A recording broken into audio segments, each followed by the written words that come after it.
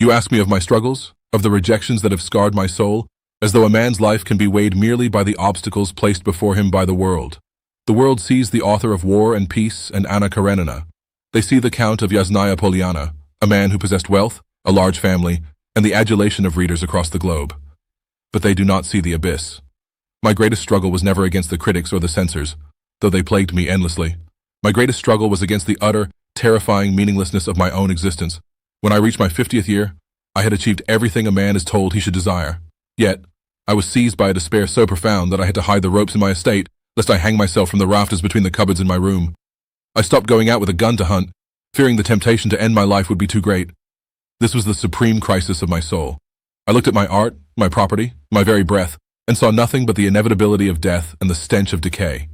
The struggle was to find God, to find a reason to wake the next morning. I searched among the philosophers, the scientists, and the theologians, and found only empty words. It was only when I looked to the simple laboring peasants that I began to understand faith, not as a dogmatic institution, but as the very force of life. But this awakening brought about my greatest rejections.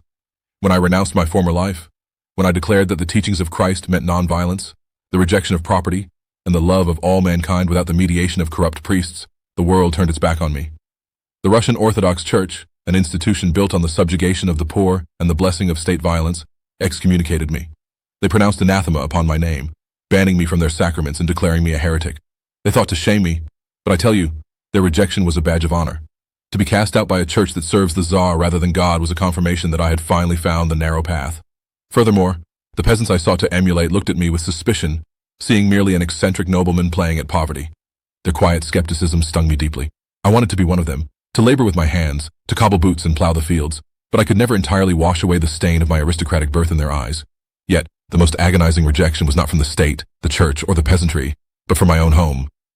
My beloved Sonia, the mother of my children, the woman who copied my manuscripts by hand, could not follow me into this new life.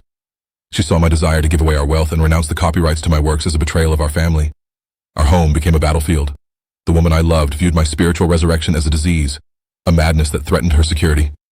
To live under the same roof with those who love you but despise your deepest truths is a torture I cannot fully describe. I was a prophet to strangers, yet a madman to my own wife and sons. My heart was torn between my duty to God and my pity for my family.